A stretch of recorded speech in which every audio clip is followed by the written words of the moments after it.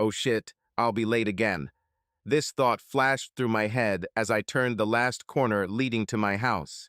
It was 3:25 and my wife, Helen, told me to be home no later than 3 o'clock. Her sister Tammy and her husband were coming over for a traditional Thanksgiving dinner, and they were going to bring their almost 90-year-old mother, Helen, with them. Our daughter, Megan, and her husband, Nick, were also coming, and they were bringing my grandson, Bobby, with them. I glanced at the contents of the thick manila folder next to me. In the last month, I've spent almost $6,000 on virtually nothing.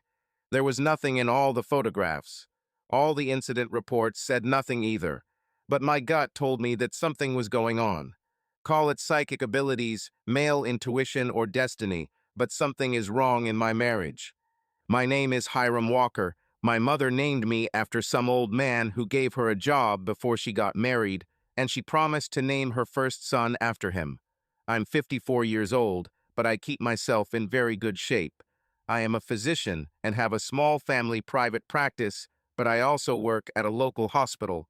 Maybe this is part of the problem in my marriage. The number of hours I work is not conducive to our relationship, but in my profession, it is very important to be available to patients. Another thing is that I love my job. I love helping people and making them feel better when they are sick or injured. My wife Helen is a completely different person. We met and fell in love almost 25 years ago. I worked in a clinic that later became my private practice. She was a real estate agent and helped me get financing to buy the building that housed the clinic. She was several years older than me, but then she was a real beauty. Of course, after the wedding, she neglected herself a little, but I love her much more now than then. Our shared past and all the years we spent together brought me closer to her than to my mother. But lately something has gone wrong. Why should I care, you ask? Helen will soon be 60. I think the reason is because, as I said, I love her. And I love her a little more every day. There's nothing I wouldn't do for Helen. It's like being a professional baseball player. You can choose any glove. There are many companies that offer you money to use their gloves, but you still love the glove you've been using since the beginning of the game. Helen was my glove. As I drove down the ramp leading into my home's underground garage, the sound of the Mustang's mighty 8-cylinder engine lifted my spirits a little. No matter where I was or what I was doing, that sound resonated in my soul, reminding me of happier times. It took me back to those days before oil embargoes and $3 gas, when I had no worries or problems. When I got out of the car and pressed the alarm button on the key fob, I saw Kelly Callum. She was also getting out of her car. Kelly worked at the same hospital as me as a pharmaceutical technician. In fact, I recommended her for the job and helped her with some college classes. She ran up to me, and I stopped to wait for her.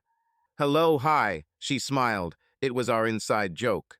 Kelly was the only person who called me Hi, her version of a nickname for Hiram. "So what do you think?" she asked, waiting for my opinion on something. "Sorry, Kelly," I said. "I don't quite understand what you're asking." "About my Mustang," she said, looking offended. "I mean, it's not a Shelby GT500, but it's the exact same color as yours," she said.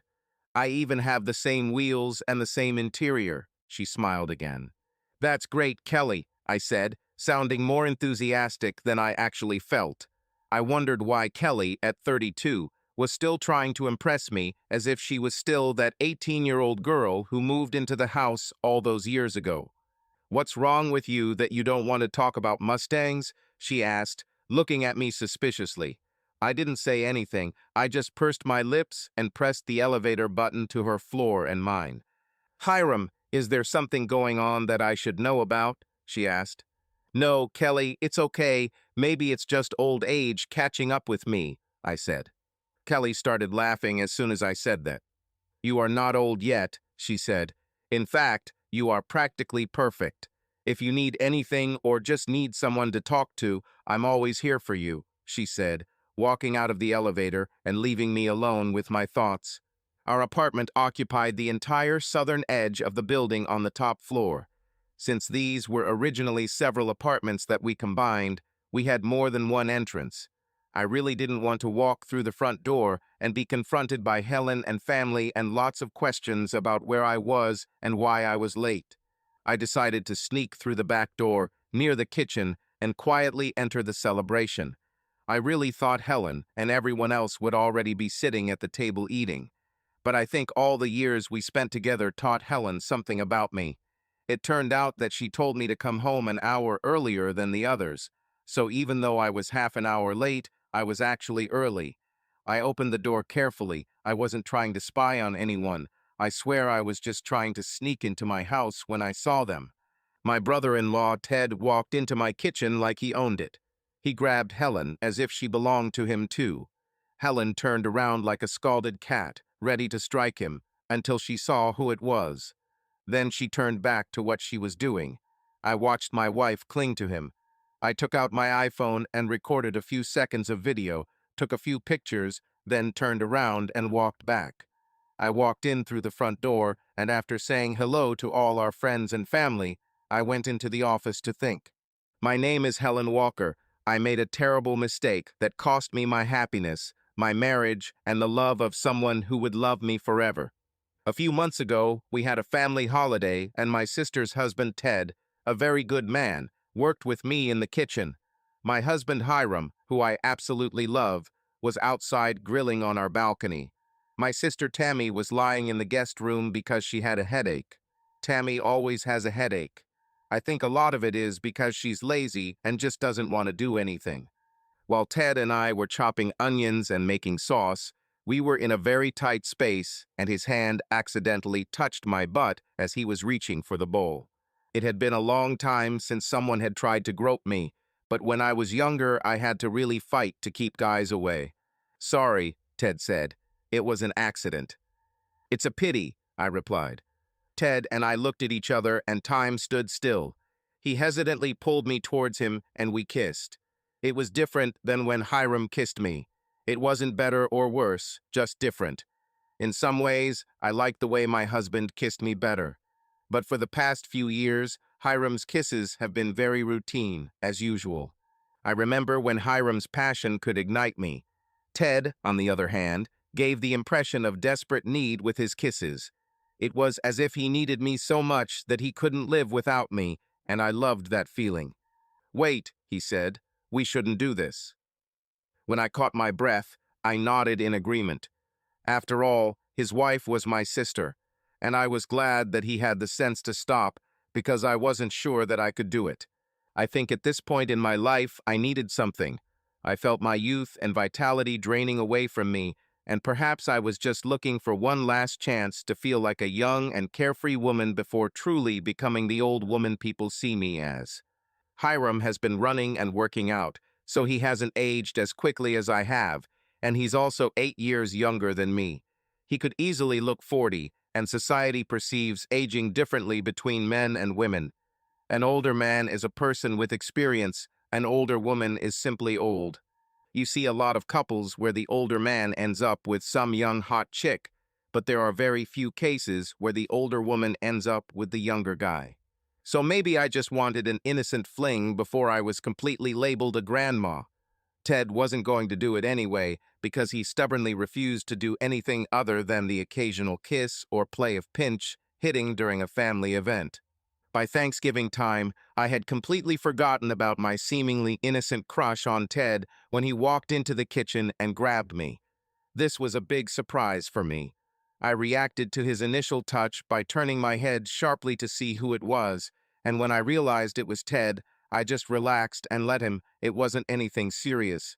Besides, Hiram wasn't home yet, and among my lazy relatives, hardly anyone would suggest doing anything other than eat and leave.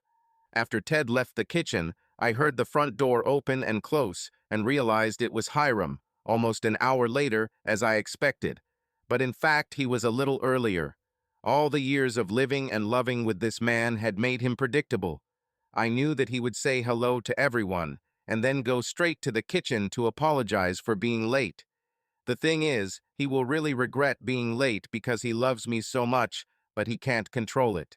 As much as he loves me, he loves being a doctor and caring for his patients just as much, So if he had to choose between being on time for dinner or spending a few minutes consoling someone who is getting ready for surgery or has just found out they have cancer, let's just say there have been enough overcooked roast beef over the years to give me a clue as to what to say. Hello. Don't get me wrong, I love Hiram with all my heart and intend to spend the rest of my life with him. But lately, I just needed something to feel alive. My gut told me something was wrong when Hiram didn't show up in the kitchen a few minutes later. I walked out into the living room to see what was holding him up and saw a crowd of my family gathered around the 50-inch plasma, eager for HD. They were watching the same stupid holiday program that we always watch, but they oohed and awed as if the show was different because of the high definition. I looked around and didn't see my husband, but I was sure he was here. Ted gestured toward the office, and I nodded my thanks before he immersed himself in the delights of the big screen again. I knocked carefully and heard Hiram tell me to enter. From his voice, I realized that something was wrong. He wiped his face before turning to me, but he couldn't do it fast enough. He seemed to be crying. "Hiram, what happened?" I asked, really worried because in all the years we've been together, I've never seen Hiram lose his temper. For no reason at all, he was always the one who supported others, including me, through tragedy and helped us see that the pain was temporary and that things would get better. "Nothing," he said, trying to sound cheerful but failing. "I think I lost one of them today, that's all." "What do you mean you think you've lost one?" I asked. It didn't make sense. Either someone died or they didn't. Something was wrong here. Hiram had always been the most honest man I knew, but it seemed like he was trying to hide something from me, his wife. "Who do you think you've lost?" I asked, taking his hands in mine. Hiram was trembling. I really had a feeling that this was something much more personal than he was saying, but I didn't insist. Hiram would tell me when he was ready. "I think I lost Helen," he said. "She was still there when I left the hospital. I think even then it could have been over. But now I'm almost sure that it's no longer possible to save it after what I saw." He said some meaningless things. Apparently one of his patients, a woman named Helen. She must have had some terrible disease and was on the verge of death. Hiram was so involved in the lives of these people that it was always a personal tragedy for him when one of them did not survive. He probably saw her test results before leaving the hospital and knew she wouldn't last long. In his mind, he probably should have stayed in the hospital to be with her so she wouldn't die alone, but out of a desire to please me, he came home. If I had not known before that Hiram loved me, now I was sure of it. This man sat here in grief, but he put my wishes before his patience. It made me feel even worse about what I was doing. I'll have to stop this before he finds out. It was like a bad omen or warning. The woman he lost was named Helen, like me. Of course, I later found out that there was no patient named Helen. He warned me all the time. "Goodbye." I heard Helen calling me to the table and slowly stood up. Even though I felt terrible, I had to keep up appearances. There was no reason to let my problems ruin everyone else's holiday. That would be extremely selfish. So I walked to the door and turned the knob. Every step made me more focused. I went to the bathroom to wash my hands, and when I looked in the mirror, I tried to make everything look normal. Maybe I looked a little tired, but that's easy to explain. As I sat down at the table, I forced myself to smile and looked around the room. Here they are, family. Only one of these parasites was actually related to me by blood. They were all Helen's family. Her mother is a good woman, although at her age she will not live long. Helen's sister Tammy truly was a good woman, but deep down I wondered, doesn't she deserve to know what's going on? If I don't say anything, doesn't that make me complicit in deceiving our spouses? Our daughter, Megan, maybe it's my fault, all those years of overwork, that we're not as close. Maybe that's why I felt more like Kelly was my daughter than Megan. Megan's husband, Nick, was a nice guy. If only he could find a job, any job, better than just sitting at home and wearing out the damn couch. He couldn't even take care of the baby while Megan was working. I had to pay for daycare because, with Megan alone paying all their bills, they simply couldn't afford it. My grandson Bobby, Robert Hiram Marks, named after Nick's father and me. I guess they didn't want to alienate any potential sources of additional income. I wasn't even mad that I got a minor mention, but major bills. I looked down and noticed that I was gripping the edge of the table so tightly that it was shaking. I also rarely used curse words, even in my thoughts. I only had to hold out for a few hours, but it was harder than I thought.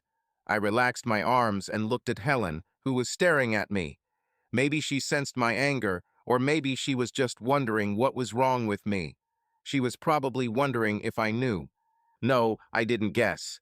Helen was firmly convinced of her superiority over other people. In her head, she was smarter, faster, and more beautiful than any other creature God had made. No one could ever understand what she was doing. She was much smarter than the average bear. Well, damn you, bitch. I know, and I won't let you get away with it. Once we get rid of these damn parasites, you and I will talk, and this will determine our future. I looked at Ted, my brother-in-law. We weren't close, but I always thought we respected each other. It seems I was as wrong about this as about everything else. He was a smug bastard, from the arrogant smile on his face to the way he gently took Tammy's hand. No one would ever have guessed that this bastard was sleeping with my wife. I needed to control myself. My rage was growing, and the people at the table, with the exception of my mother-in-law, who was so overwhelmed with her medications that she could barely function, and the child probably noticed. Maybe that's why it was difficult for them to meet my gaze. Then I looked at the worst one. Helen, my supposed soulmate. My wife for all these many years. I remember when we met, all my friends were against me dating her, let alone marrying her. They were all sure that she was too old for me. They were also sure that this was more a marriage of convenience than love. After all, the real estate market in our area was drying up, and they assured me that she just wanted some of the money and lifestyle that the phrase, "I'm married to a doctor," brings. The fact that Helen decided to retire a few weeks after our engagement did nothing to dissuade them of the validity of their theories. Helen smiled nervously at me and tried to diffuse the obvious tension in the room. I tried to make my face more friendly when she started talking. I think my husband is too worried about his patients to really do his duty as a host right now, Helen began. So, Ted, why don't you say a prayer? The bitch didn't know that this was literally the last straw. So here's her theory. I'm too busy working to support her and her damn parasites to fulfill my duties as a master and secretly as a husband.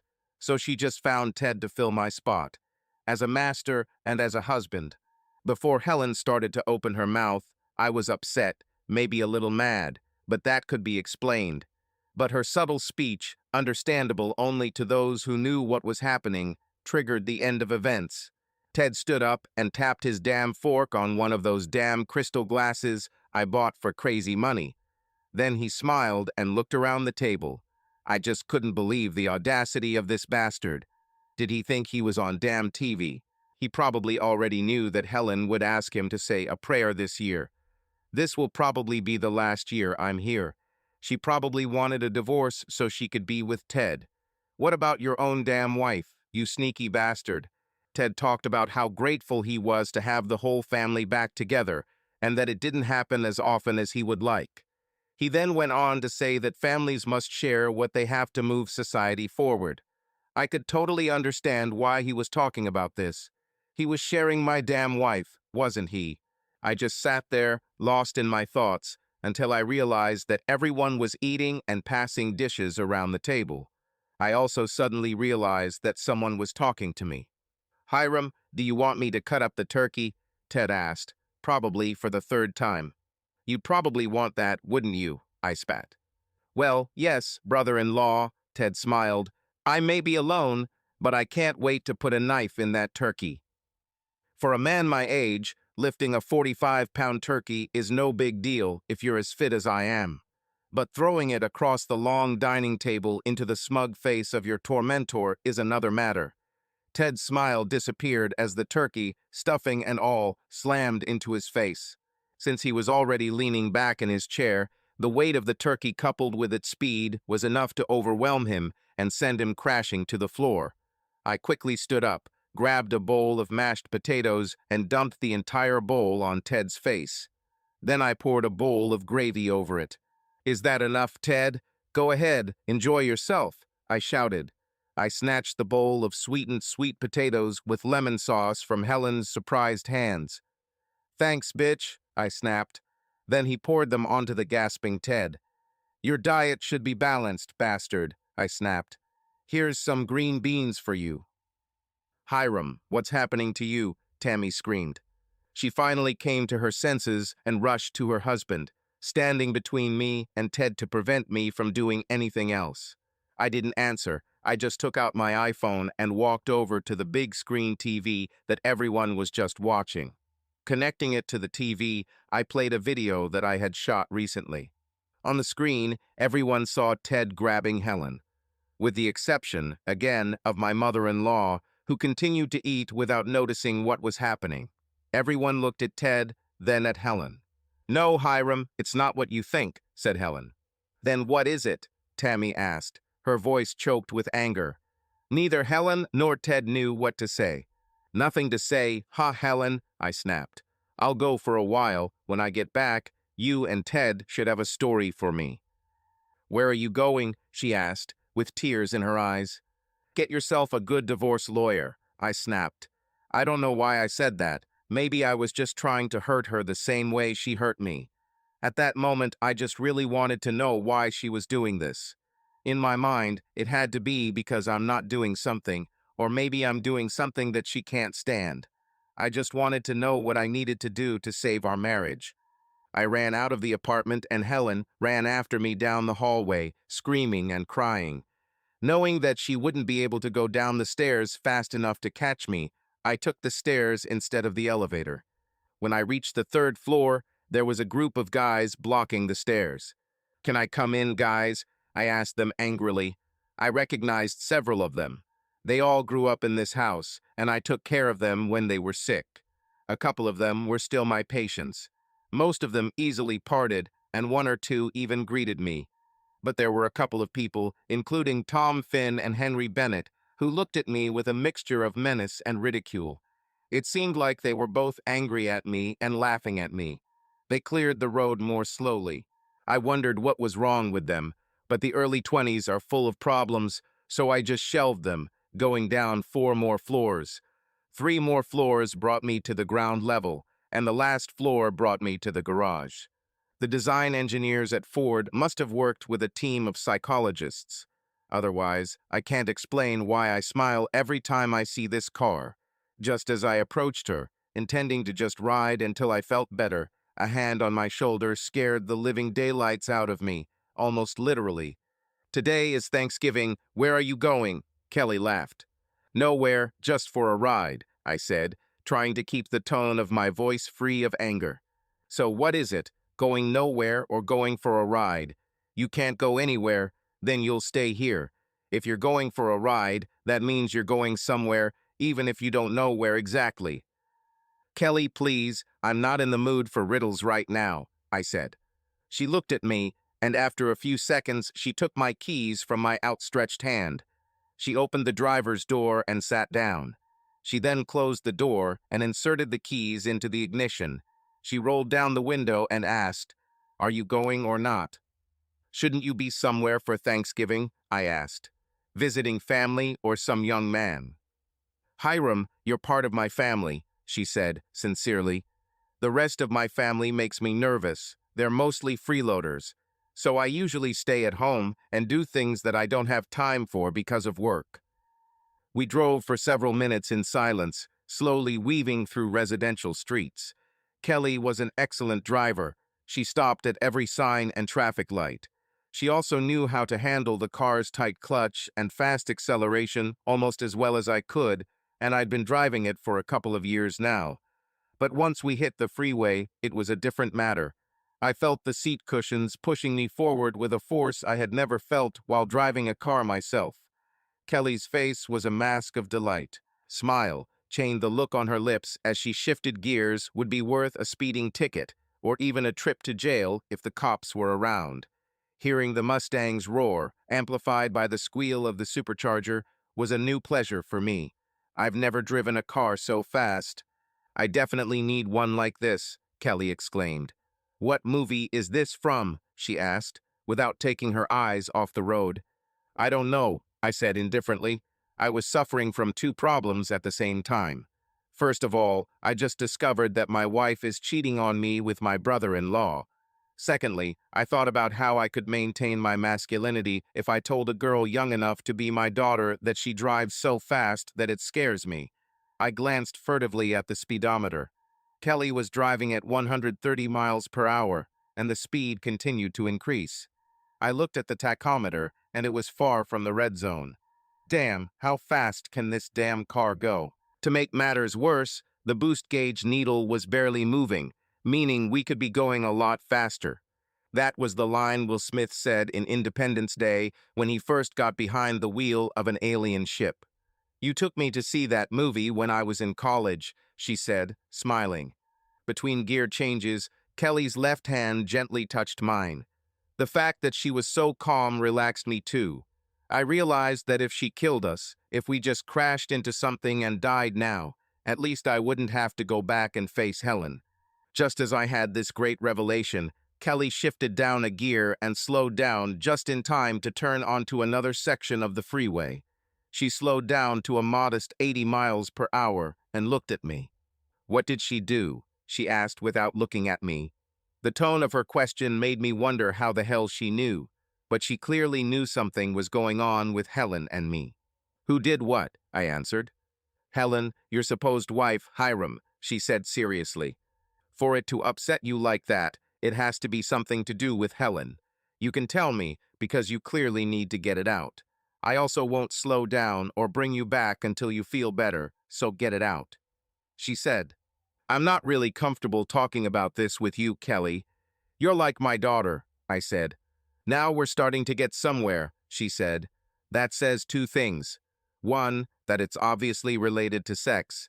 And two, if you're treating me like a daughter, I'm taking the wrong approach. Hiram, I'm 32 years old, so although you've known me since you were a child, I'm not the little girl you helped with her homework anymore. I've been in a few relationships, and I've even had sex a couple of times. Plus, I'm a medical professional, like you. So nothing you say will shock me," she said. "Let me guess, you've finally realized that Helen isn't right for you. She's just too old, and she's not interested in sex anymore. I don't think she needs hormone therapy, Hiram. I think she needs a nursing home. Even when I was a kid, I knew you were destined to go your separate ways eventually," she said. "I guess," she asked. "I told you I wouldn't be shocked." "Helen is cheating on me with my brother-in-law," I said bluntly. "Shut the hell up," Kelly exclaimed, turning to me. "Okay, I'm shocked," she said. "What nerve does this bitch have?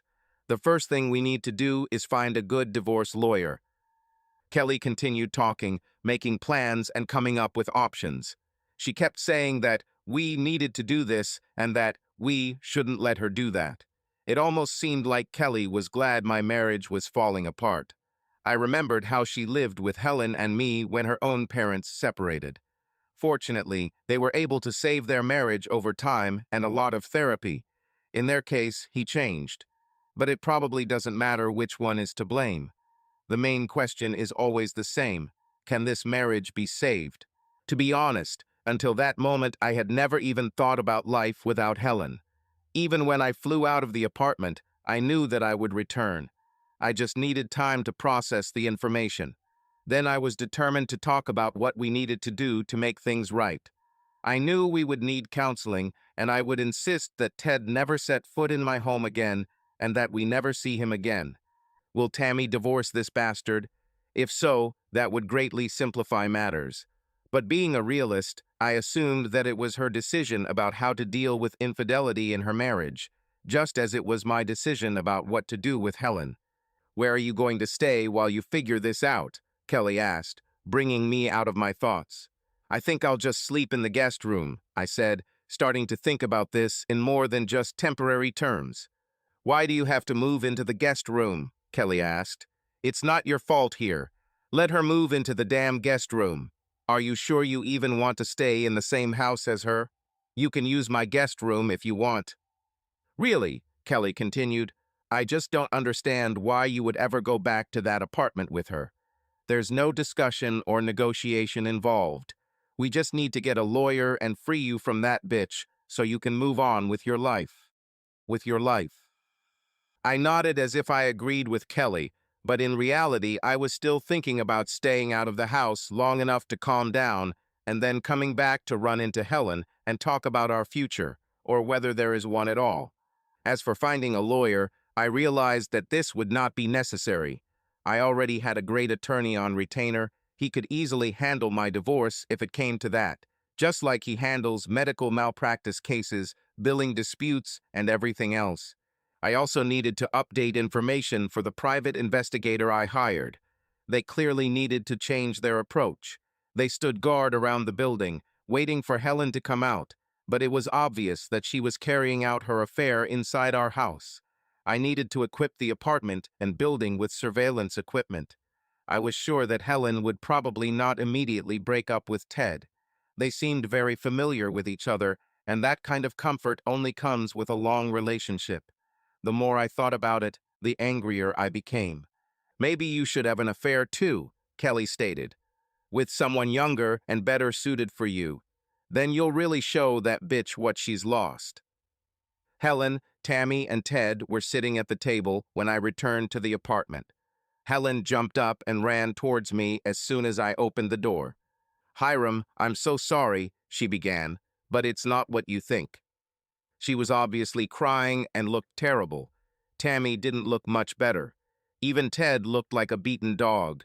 Of the three, he seemed the most remorseful, which was strange. I walked past Helen and headed into the bedroom without saying a word. Helen opened the door that I had forgotten to lock and kept trying to talk to me. Hiram, can we talk about this? She asked. Okay, Helen, speak up, I said as coldly as possible. Can we go back to the dining room? She asked. I followed her slowly into the dining room, where Tammy and Ted. Helen sat noticeably further away from Tammy and Ted. Tammy clearly wasn't sitting close to either Ted. I remained standing in the doorway. Helen tried to indicate to me that I should sit next to her by pulling out the chair next to me. I shook my head and remained standing.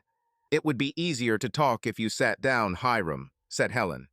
I don't know how long it takes you to say what you want, but I don't plan on spending all night here, I snapped. I have patients in the morning, and I have no reason to cancel my appointment. Hiram, Ted and I have never had sex. Not once. What you saw today, how bad it was all that ever happened between us. Just two confused people struggling with their age and mortality, letting innocent flirting go too far, she said. Ted nodded his head as quickly as he could, agreeing with her. My hormones are all mixed up, Hiram. I'm also trying to cope with the fact that I'm slowly, maybe not so slowly, turning from that hot woman you married 20-odd years ago into an old grandma, Helen said. From the first moment we met, you have always been the only man I love, and I want us to grow old together, she continued. But sometimes it feels like I'm growing old alone. You don't look as old as I do, even though you're only a few years younger. You drive your Mustang and go jogging, and I'm left here alone. A lot of times when we go out together, people look at me like I'm your mother or something, and I think it drives me crazy. But I swear to you that there was never sex between me and Ted, she said. I know it went on for a while, but it was just quick kisses or light touches during family gatherings. The secrecy made it more exciting than it actually was, she said, trying to hold back tears. We can't work this out. It was nothing. Why would you want to throw away 20-odd years for one mistake? She asked. Tammy and Ted have already decided they're going to stay together, and they have as many reasons for breaking up as we do, and they've been together for less time. If their marriage is worth trying to save, isn't ours worth it? She cried. I will do anything to make it up to you. Please don't divorce me. Her voice trembled, and she didn't even try to hide her tears. Helen slid down from her chair and was literally on her knees, looking at me. I'll think about it, I said, and went back to the bedroom. After a while, I was lying in bed watching TV when Helen quietly entered the room. She was getting ready for bed in the other bathroom and put on a silk nightie that she knew was my favorite. She looked at the TV screen, hesitated for a moment, then sat down on the edge of the bed. Helen, we're not sleeping together, and I'm already here, so you can choose either Megan's room or the guest room, I snapped. Hiram, I'm not expecting sex, I was just thinking, she began. Well, don't think so, I said. We won't be sleeping in the same room, and I'm not even sure we'll be in the same house. Originally, I thought you were supposed to go with Tammy and Ted, but I didn't want to jump to conclusions. I don't even know how I feel about this. I'm just reacting now. When I have time to think about it, one of us may still have to leave, maybe temporarily, maybe permanently. But for now, Helen, I just don't want to be around you. Helen left the room and apparently went to the guest room right next door. At night, my thoughts did not let me sleep. I would fall asleep, only to wake up shortly after. Several times during the night, I heard Helen quietly crying, but this did not help change my mind or make me feel better. The next morning, I was up and out for a run long before Helen woke up. When I returned to the apartment, I heard Helen start to move. I quickly showered and got dressed because I didn't want to see her. When I came out of the bathroom, Helen was placing a cup of my favorite coffee and a pastry on my seat at the table. As I headed towards the door, I heard her voice. Would you like to eat something? You always tell your patients to eat something after exercise, she said quietly. I looked at her as if she was crazy, but I tried to keep control of my voice, although not very successfully. Helen, a cup of damn coffee and a sweet bun won't make up for what you did, so just have a nice day. Don't worry about me, just like you didn't worry about me the last few months while you were sleeping with Ted, I said and walked out the door. Helen was stunned when she saw Hiram walk out the door. Just like yesterday, when all her efforts to prepare for the Thanksgiving holiday were ruined, she sank to the floor and began to cry. If she had hoped for a quick resolution to the situation, she now realized that this would not happen. This will be very bad, much worse than she expected. Hiram must know that she loves him more than anyone in the world. He was her life, more important to her than friends, family, and even their daughter. He should know this. Flirting with Ted was nothing, so minor that she even forgot about it. She had been feeling old and unattractive lately. Her greatest wish was to grow old with Hiram, but he seemed getting younger every year relative to it. When they first met, most of her friends thought he was too boring for her, but she fell in love with him immediately. He exercised regularly, and although he was only a few years younger, it seemed that the age gap was much greater than it actually was. She had always dreamed that they would grow old together, and it seemed to her that she was growing old alone while Hiram grew younger. She also noticed that young nurses and hospital workers paid a lot of attention to her husband. She wanted him to pay as much attention to her as in the early years of their marriage. Until yesterday, when she saw how hurt he was over Ted, she didn't realize that he still loved her as much as before. Helen truly believed that her hormonal levels were the cause of her problems. Lately, she wanted sex more than ever. Hiram never let her down, and even at their age, they had an active sex life, but it wasn't enough. She thought Hiram must have noticed that she hadn't been as assertive as usual these past few weeks. This may have made him suspect that she was cheating with Ted. In fact, she was telling the truth. She never had sex with Ted. But in recent weeks, she had been too tired to have sex with Hiram and thought it was not a good idea to show him her naked body. The thought that she could ruin her marriage made her feel sick. She felt really bad. She got up and headed to the bathroom as quickly as possible, but didn't have time and had to vomit into the sink instead of the toilet. She wiped her face, brushed her teeth, and decided to lie down for a while until the nausea passed. She had the same feeling yesterday, but that was before it all started, so maybe it will pass. Hiram was at his desk much earlier than usual. He had a few receptions planned for that day due to the holiday, but he had things to do. He called his lawyer and explained the situation with Helen, asking for a copy of their prenuptial agreement.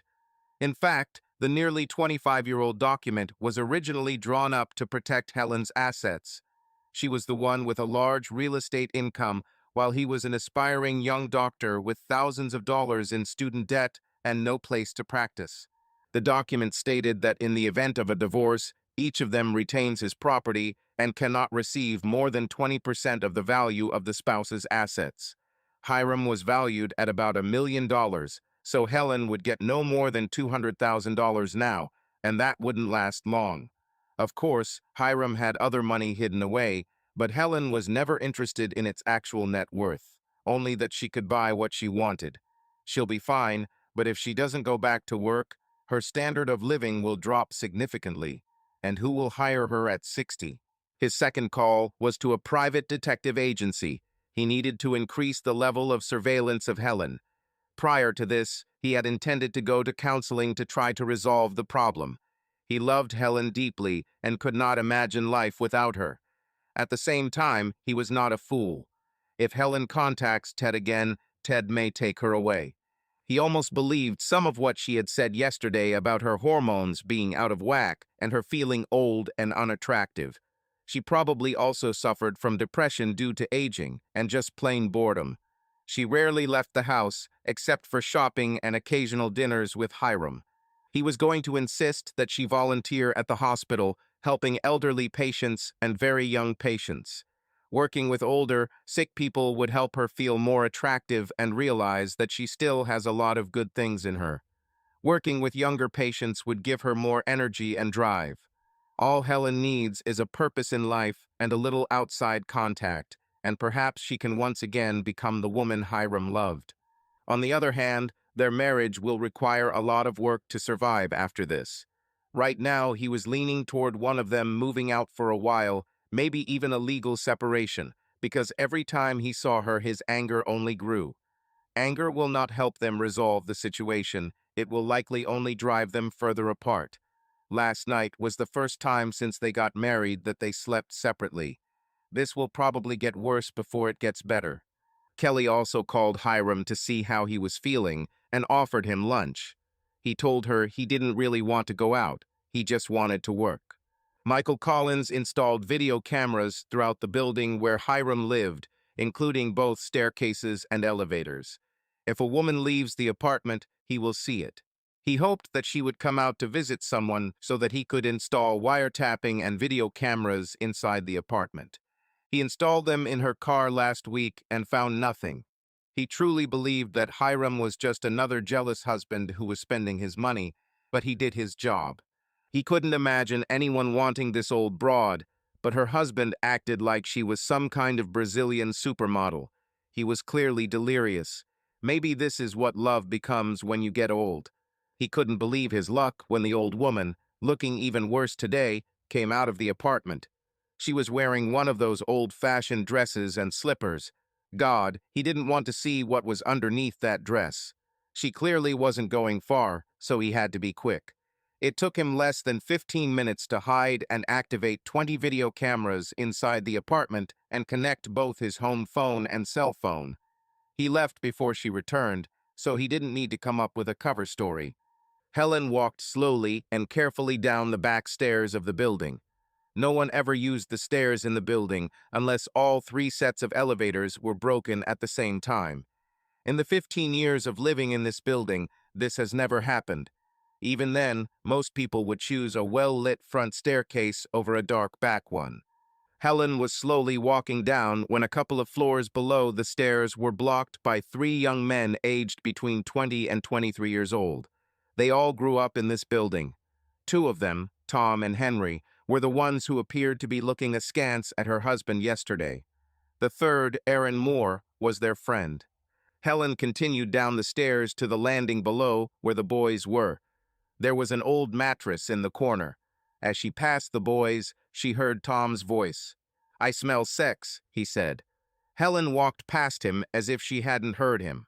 When she reached the last step, she stepped onto the mattress and lay down on it. The others joined in and had sex. She remembered the look of pain on Hiram's face and how he had humiliated Ted after what he saw yesterday. What would he think of that? If he ever saw it, there would never be any turning back. She started crying, remembering how lonely she felt last night. "I slept in the guest room just a few feet away." Those few feet could have been 20 miles because she couldn't reach out and touch him. The sound of his soft snoring 20-odd years ago was the subject of much debate. She was so used to it now that it had become comforting and reassuring, and she had found it difficult to sleep without it last night. "Don't cry because I'm leaving. I'll have sex with you again later," the guy said. "See you, Grandma," the guy said, climbing the stairs to join his friends. For a long time, Helen just lay on the dirty mattress on the floor and thought about what she had just done. The tears rolling down her cheeks were clear evidence of the guilt she finally felt. For the first time since she had first let the boys take over her, Helen felt regret. She suddenly realized that she still loved Hiram, and lying in the mud, she realized that it was quite possible that she could lose him. Yesterday, she was unhappy because Hiram found out about Ted. Then she realized that Hiram would be angry, they would have a difficult time, but she really didn't think that he would throw away 20-odd years of happiness for a few kisses. But she realized that she never expected Hiram to find out about Ted, and he did. Therefore, she had no choice. She had to refuse the guys too, because for them she was nothing more than a sex toy. It was just sex. There was no point in jeopardizing her marriage for this. Today, for the first time, she realized that it really wasn't fun. It was just the idea that maybe if a bunch of young men wanted her, then she wasn't completely obsolete. She felt like she was young again, and they found her attractive. It was like 30 years ago when every man she dated, young or old, wanted to have sex with her. Aaron calling her an old dirty woman of easy virtue was a wake-up call for her. There were no illusions of love on either side. She and the guys just showed up for sex in any quantity or combination almost every weekday morning, but it gave her an idea of what they thought of her, and she didn't like it. She realized she had been a fool again. Did not have it sucks more fools than an old fool, but an old woman of easy virtue, especially an old dirty woman of easy virtue, was much worse. Helen stood up and began to look for her dress. Suddenly, a painful spasm went through her stomach, and she had to sit down again until the pain subsided. She put on her dress and slowly walked back up the stairs to her apartment. Clearly, something was wrong with her. Maybe she would ask Hiram to check on her and find out what it was. Returning to her apartment, she felt a little better. She made herself a calming cup of tea and decided to take a nap. She put a warm towel on her stomach and lay down on the sofa, taking painkillers. She needed to come up with a plan to get her husband to forgive her. She was going to devote the rest of her life to making him the happiest man on the planet. Then she and Hiram could grow old together, as she had always dreamed of. To be honest, she wasn't bothered by the thought of getting old. She was worried about growing old alone. Helen never wanted to be alone. After a while, she felt better and decided to surprise Hiram by meeting him for lunch. The worst thing he could do is tell her he's busy or doesn't want to see her. But either way, he'll see that she's trying to make things work, and that must mean something. As Helen pulled out of the parking lot and onto the road, she stopped and looked at an old woman, not much older than herself, who was wandering aimlessly down the street. She wasn't homeless, she just looked lost. The woman walked part of the way down the street and then turned around and went in the direction from which she had come. She tried to strike up a conversation with a few people on the street, but no one seemed to have time to talk to her. Finally, the woman simply sat down on a bench and began to look at the people passing by her. After a while, the woman spoke, but there was no one around her. Helen wondered in horror, could the same thing happen to me? She shook off the thought and drove to her husband's office. Hiram loves me too much to let me ever do something so bad, she thought. I really need to fix this. Helen walked slowly through the lobby, waiting room, and reception area. Hiram's nurses and assistants didn't even notice her as she walked by. She looked through the large glass panel into Hiram's office and saw him sitting at his desk. He already had lunch with this girl, Kelly. Helen always thought Kelly was in love with her husband from the moment she discovered boys. It seemed like she wasted no time trying to get to him once a tiny crack appeared in their marriage. Helen wasn't going to just back down and let the little bitch have him either. She burst straight into the office and cleared her throat loudly. I'm guessing you don't have room in your schedule to have lunch with your wife, do you? Helen said as warmly and friendly as she could. Hey, Kelly, you look good, she continued. I think you work too much. although the wrinkles appear on your face ahead of time. Perhaps you should relax more. We don't want you to look too old before you find yourself a man, Helen said, her voice dripping with sarcasm. Hi, Helen. I think I should take your advice, Kelly said, smiling. After all, you're an expert on how to look old and tired. But don't worry about me finding someone, because I think I already have, she said sweetly.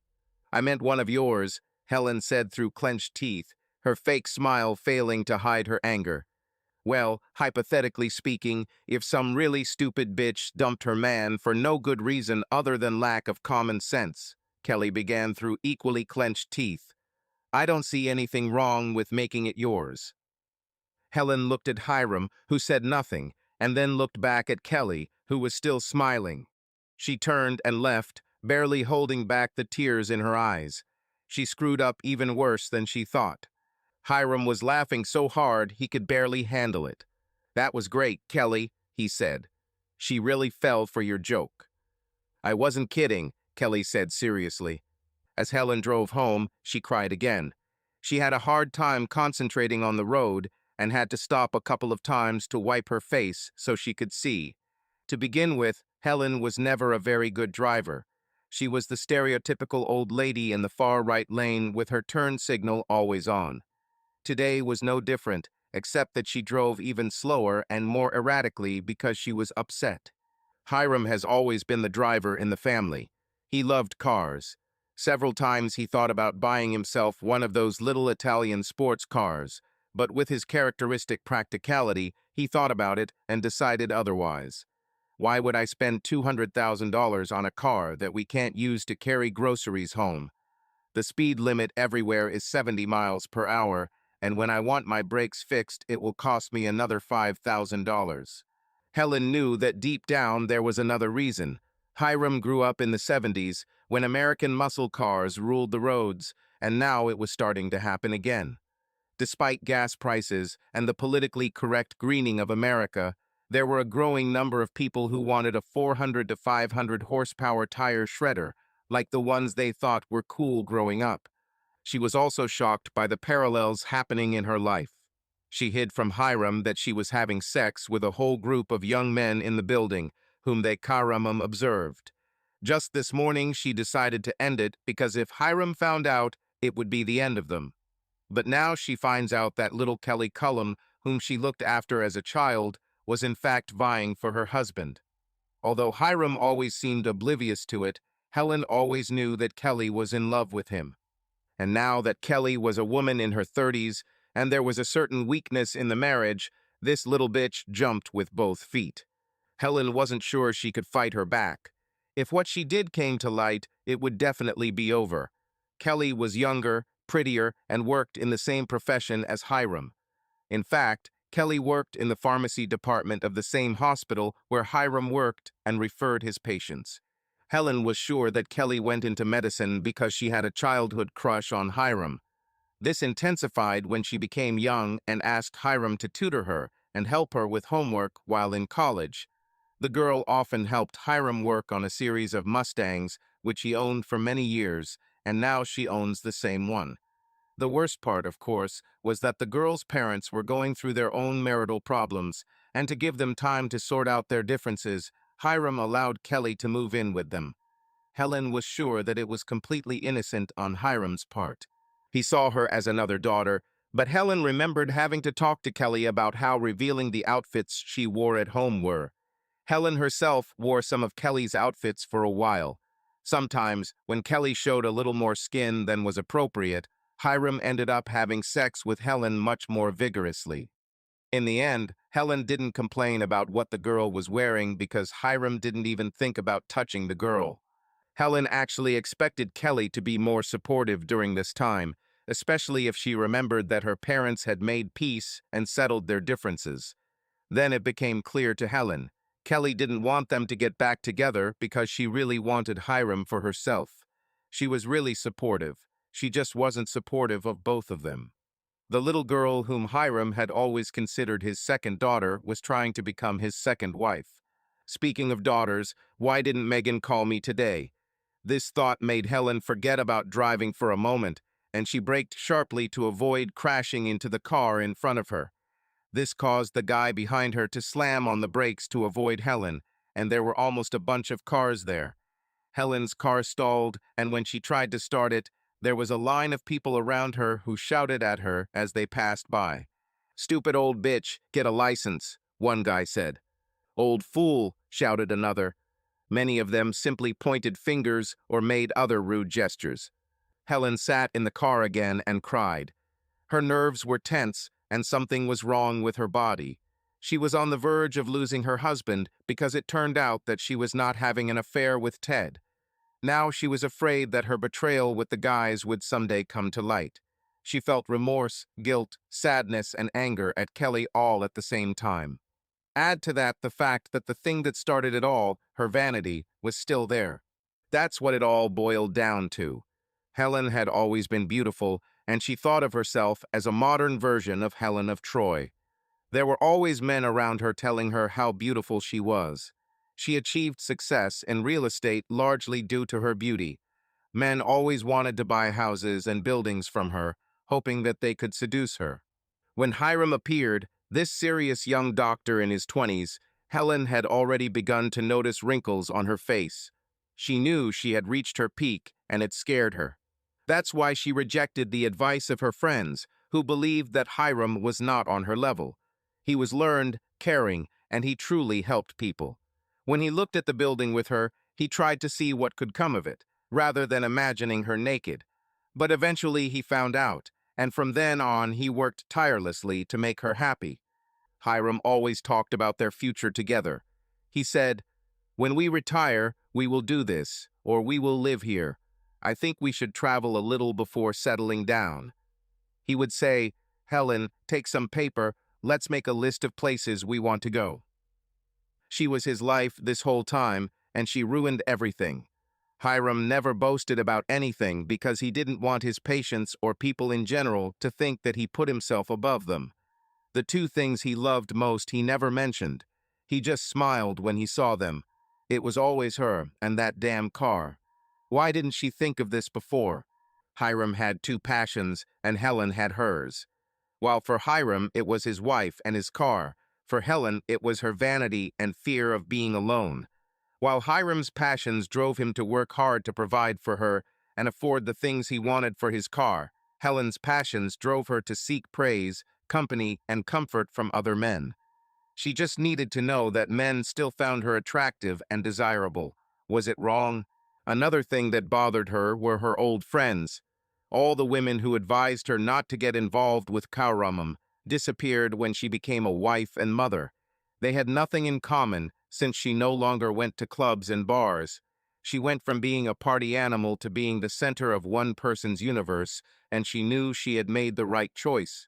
In recent years, when they met again at the funeral of one of her old colleagues, Helen was in their place. They stood in their former glory, a bunch of almost toothless old women. Some of them were so bad that they seemed to be barely standing. This made Helen realize that leaving party life was a very good choice. The saddest thing, of course, was when a couple of them came up and started talking about its good. "Wow, Helen, you always knew how to choose," said Margin Blair, who was clearly drunk at the funeral. "Yeah, but what about that nerdy doctor she was so into?" Jessica Stevens added. "He was so skinny and bookish." "Not like this guy, va va va voom. What happened to Herschel or Henry? What was his name?" continued Margin. "Did you break his heart, Helen?" "No," Helen answered simply. "His name was Hiram, and I married him. He is the one you old witches admire so much. It's amazing how some people change while others stay the same. Even then you were wrong about him. You were just a bunch of drunken, degenerate women of easy virtue who had opinions about everyone else without seeing your own shortcomings," Helen said, her voice as cold and fragile as ice. "And now, years later, he has gained confidence, but he is still the same kind and caring man I married. He has changed in your eyes, but he is still the same person," she said. "And you ladies have become much older and more experienced. You'd think you'd mature as you get older, but you're still a bunch of drunken, degenerate prostitutes. It seems the truth is that there is no fool worse than an old fool." Helen walked away smiling, but now, remembering those words, they came back to haunt her.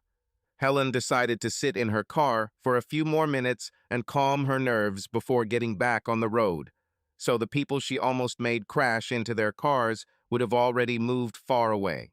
She tried to call her daughter, but the call went to voicemail. She tried calling Megan's home phone, and after a few rings, her brother-in-law answered.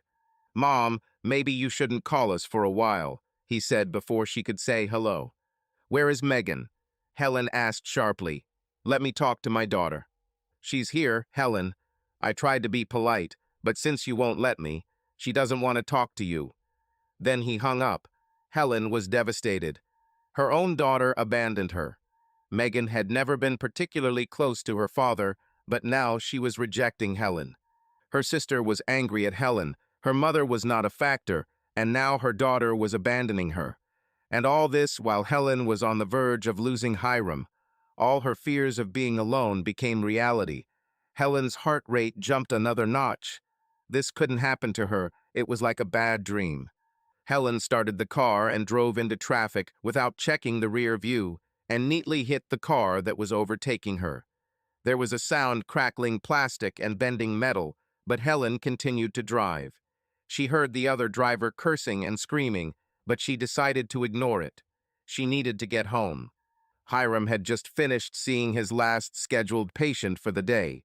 He sat at his desk and wrote bonus checks to his nurse, office manager, and medical assistant. He usually gives out bonuses at Thanksgiving and Christmas. The phone on his desk rang and Hiram looked at the screen and saw that the call was coming from one of the hospital's internal numbers. He didn't worry about it because he had several patients there, and there were also doctors he consulted with at the hospital, so receiving calls from there was common. He continued to write checks and held the phone between his ear and shoulder while talking. Hiram suddenly turned white as a sheet of paper, dropped the phone, and ran out of the office. Helen was taken to the hospital's emergency department by ambulance. All their problems faded into the background when he started the car. Using his Mustang's sync system, which synced with his cell phone, Hiram called Tammy. "Hiram, I don't want to discuss this yet," Tammy said. "I know I don't blame you for anything. You're just as much a victim as I am, but right now, despite what I said yesterday, I'm not sure Ted and I can survive this." "Tammy, Helen is in the hospital," Hiram said. "I'm going there now. I don't know any details, but she is your sister. No matter what happens to us or them, she is still your sister." Hiram repeated the call and almost had the same conversation with his daughter. The only difference was that his daughter asked why he even cared after what Helen did to him. He eventually asked Megan to come to the hospital as a favor to him. He didn't like that he asked her to come to the hospital as if it was a condition for him to continue helping her with her bills, but whatever it was, for her to come to the hospital. He was sure that if this was serious, Helen would want her daughter there. Hiram went to the front desk and learned that Helen had already left the emergency room and was in the intensive care unit on the 4th floor. He took the elevator to the 4th floor and met Dr. Dave Elliott as he exited the elevator. "I'm so sorry, Hiram," Dr. Elliott said, squeezing Hiram's hand. Hiram suddenly felt short of breath and felt as if the walls were closing in around him. This couldn't happen. He couldn't believe Helen died before they could fix their marriage. Dr. Elliott led his friend to the bench against the wall where Hiram had collapsed. "Come on, Hiram," Elliott said. "I know it's hard, but you really should have expected this. This is bad, but not unexpected under these circumstances. Maybe you should consider adoption. But that's a question for later. Now you need to be strong for Helen. She really needs you right now." Hiram looked at Elliott with a puzzled expression. "Dave, slow down," Hiram said. "From what you said, I thought you were saying that Helen died." "No, Hiram, Helen will be fine physically," Elliott began, "but it will have a serious emotional impact on her." Now she is confused and beside herself. Megan and Tammy ran up to Karamu and to Dr. Elliott at this moment. "Dad, how's Mom?" Megan asked. "She'll be fine physically," Hiram said. "Dave was just telling me the rest." Well, the worst part, of course, is that we did everything we could, but we couldn't save the child, Elliot began. He was too premature to survive. Hiram, I assumed that you knew that at her age, pregnancy itself was almost a miracle, but for you two to have sex so vigorously during pregnancy was unwise. Dave, what are you talking about? Hiram asked sharply. Hiram, the bruises from what you guys did this morning will heal in a few days. But our main concern is that she seems to have lost touch with reality. She thinks that you will blame her for the fact that the child did not survive. She kept begging us not to tell you, Dave said.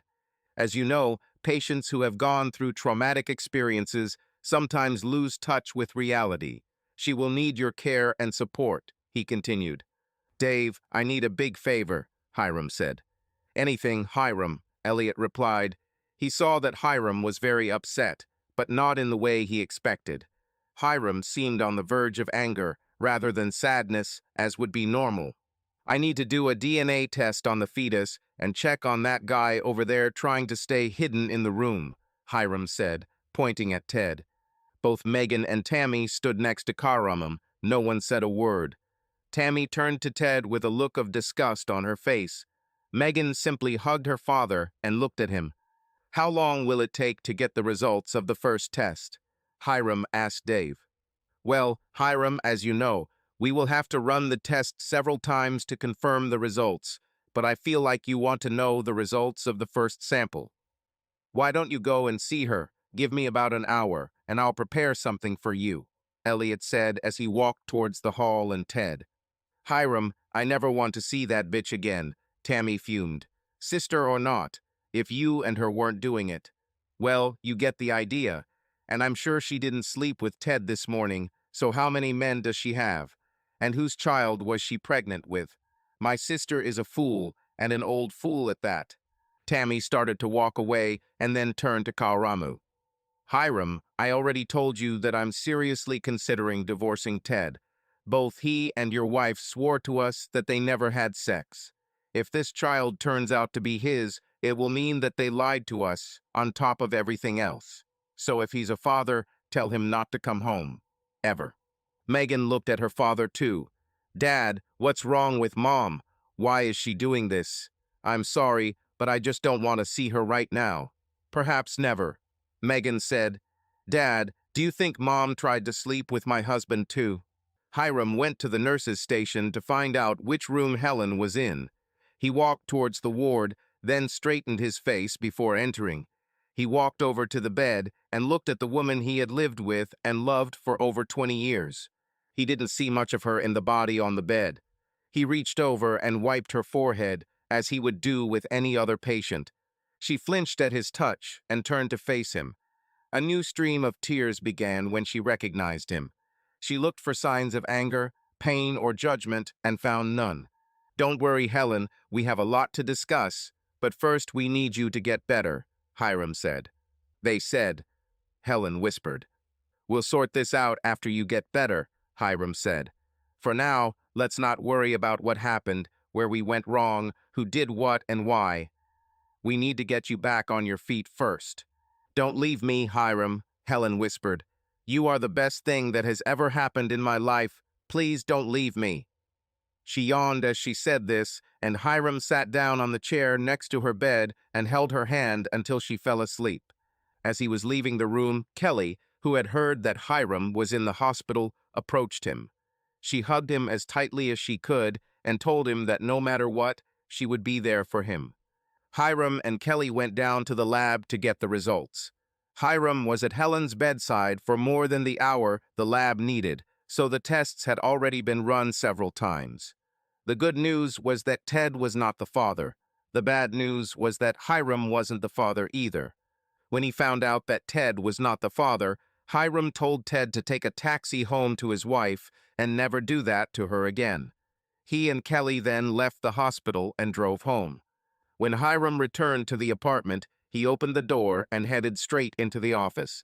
He turned on the computer and opened the disk on which video recordings from the cameras were saved. He checked the cameras in the apartment and in her car, but found nothing.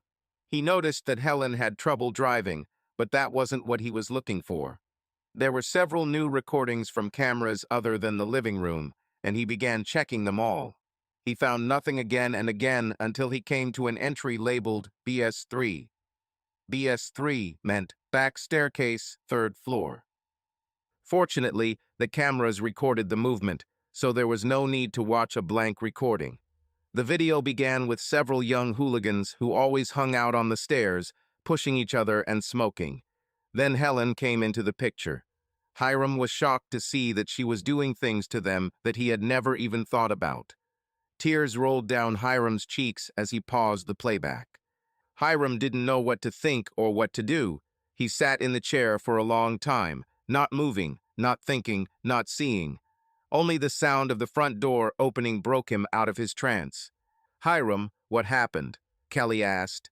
She was really worried because she cared about him very much and had never seen him like this before. Over the past day and a half, Hiram has suffered blow after blow. His marriage, once the center of his life, has just suffered its latest attack.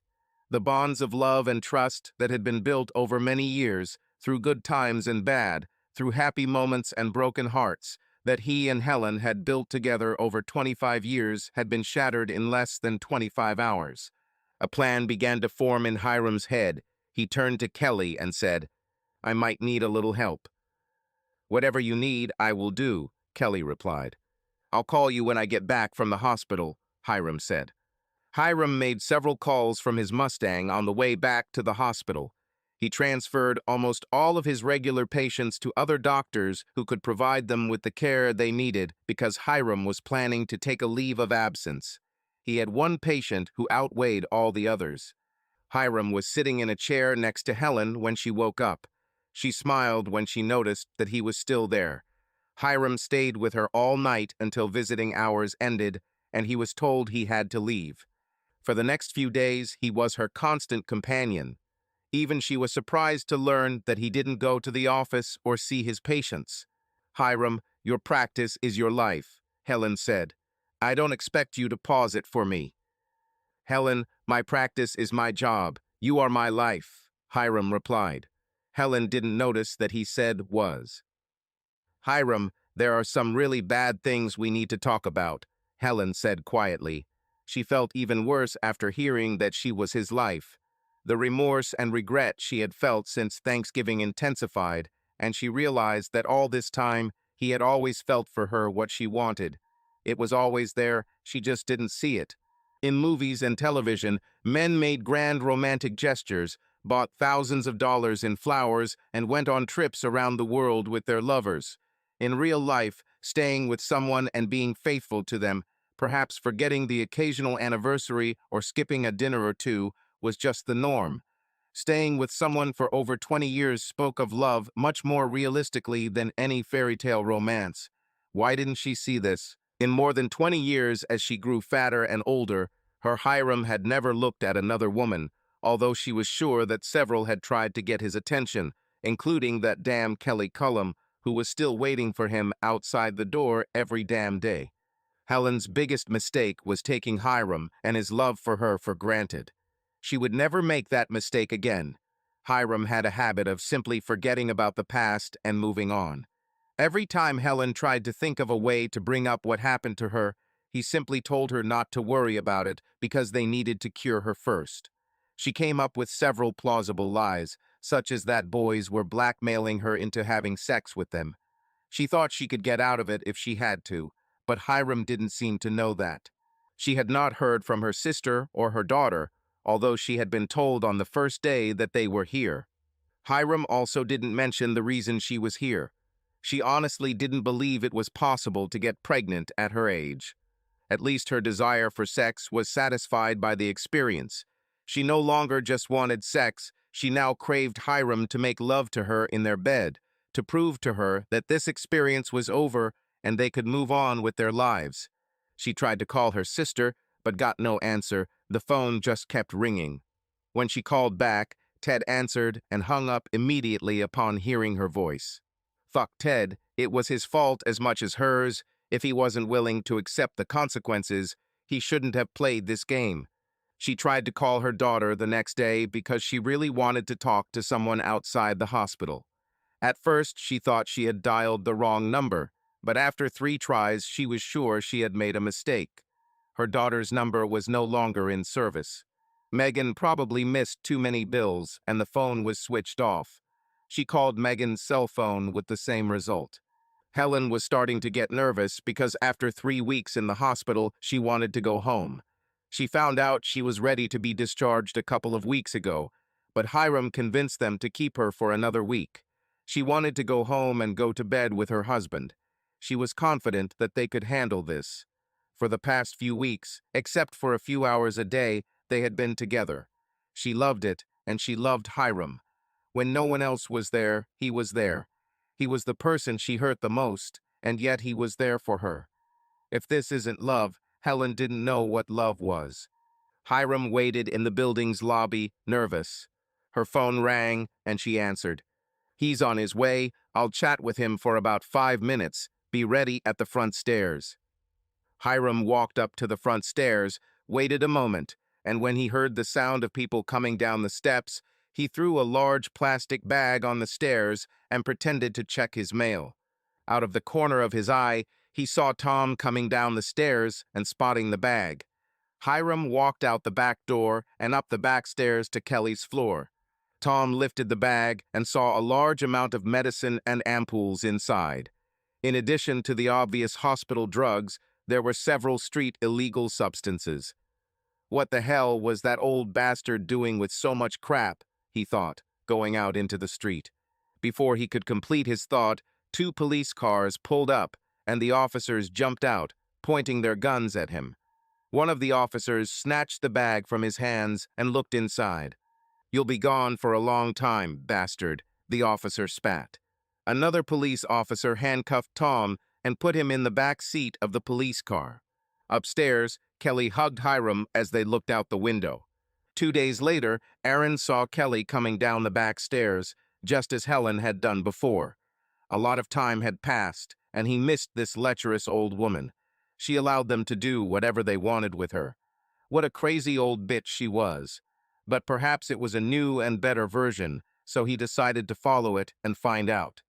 Wench bounded down the back stairs as if she owned them, and entered an apartment on the 2nd floor that was not hers. He looked inside before she closed the door and saw a plethora of electronics in the living room closet. Kelly lifted her skirt a little and then walked out, forgetting to lock the door. The door was still wide open. He followed her, wanting to know where she was going. She went up to the 4th floor and met this doctor, Helen's husband. She kissed the old fool and closed the door behind her. No wonder the old woman slept with him and his friends. Her husband had the hottest chick in the building, and the old wreck just felt out of place. Aaron wasn't stupid, let them have as much sex as they wanted. He ran back to that 2nd floor apartment. The door was still open, and he noticed that it had been forced open. He entered and looked around. He was going to take the DVD player and maybe that little plasma TV with him. Oh my God, Aaron thought.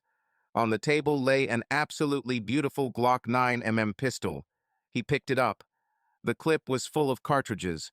He looked through the scope and whispered, "Groin. The guys will envy him. At least Henry for sure. This stupid Tom seems to have gotten caught on something." Just as he was thinking about what a fool Tom had been, he heard a loud voice say, "Drop your weapon, asshole." Aaron looked up, and there were 4 policemen with mentored pistols at him. When he was brought to the station, he was charged with trespassing, possession of an unregistered weapon, and all recent thefts in the building. He will go to prison for a long time. Some time ago, someone hit Henry in the back of the head and put him on a freight train headed out of state.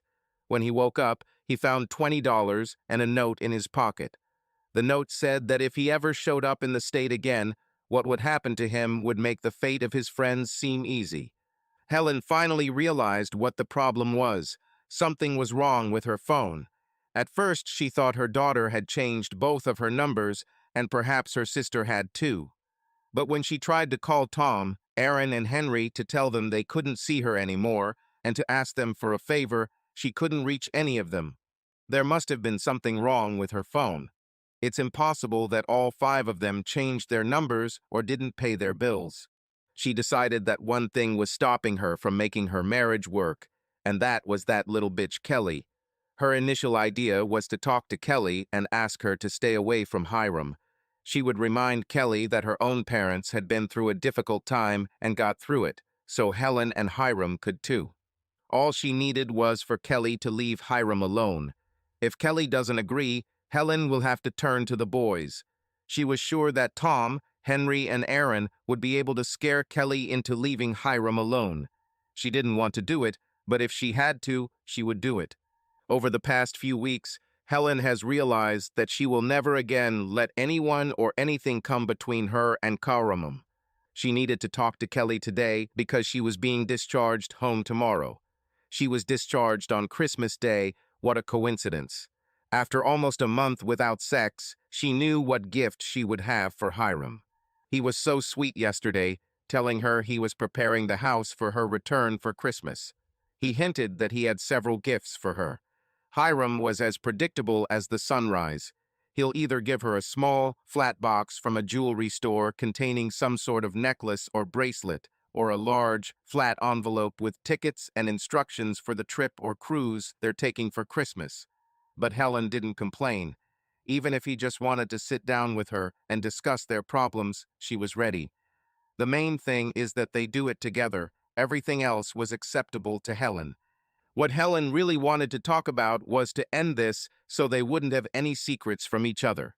This way, he won't find out about it in 3 or 4 years and won't divorce her then. Right now, as long as he was concerned about her health and was in the mood for forgiveness, was the best time. Of course, she wouldn't tell him everything, but enough so that if it came up later, it wouldn't seem like she was lying. When the nurse came in, Helen asked Kelly from the pharmacy to come up to talk to her. Helen was surprised and even pleased to hear that Kelly had quit her job that morning. A picture began to take shape in Helen's head.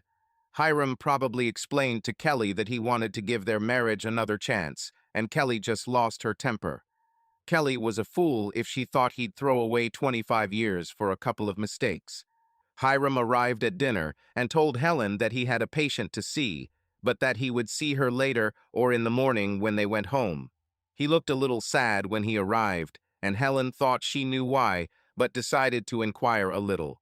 "So are you going to ask Kelly to help you get the house ready for our Christmas party?" she asked.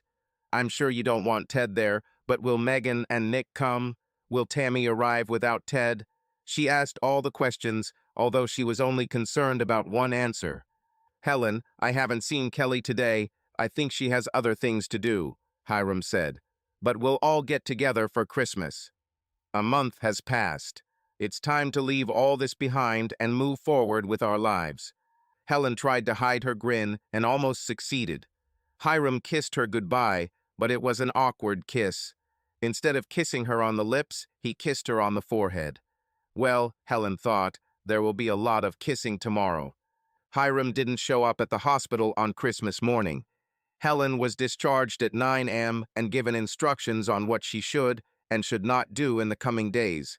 She noticed that nothing was said about sex, which meant she was free to attack Hiram as she had planned. Helen was told that Hiram had been detained again because of a patient. She didn't care, which meant everything was returning to normal, so she called a taxi to take her home. When she arrived at the building, Helen was filled with a feeling of joy and happiness as she watched the families coming in and out of the building. Christmas was the most special holiday, and she received the most wonderful gift, even though she didn't feel like she deserved it. She actually dodged a bullet.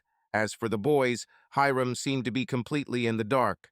Maybe, when you look at all the good things she's done in her life, the universe has decided to let her have one mistake and let her keep the two things that mattered most to her, her husband and her marriage.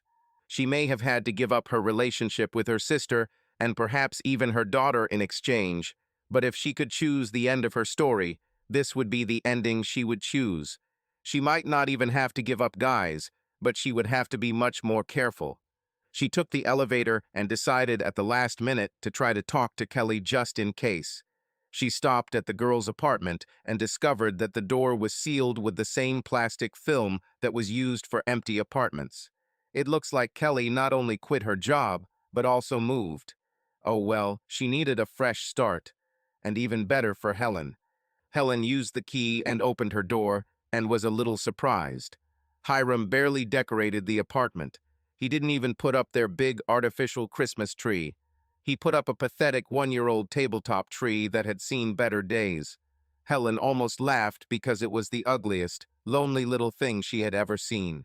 It looked like the tree from a Charlie Brown Christmas. Hiram had strung one line of garland across the mantelpiece, and when she tried to turn it on, the lights sparkled and simply went out. The apartment seemed empty and cold. She walked into their bedroom and found what she expected, her gifts. 3 large boxes and a note. All this was neatly laid out on the made bed. Helen began to read the note. Dear Helen, I'm sorry I'm not with you, but I left you gifts.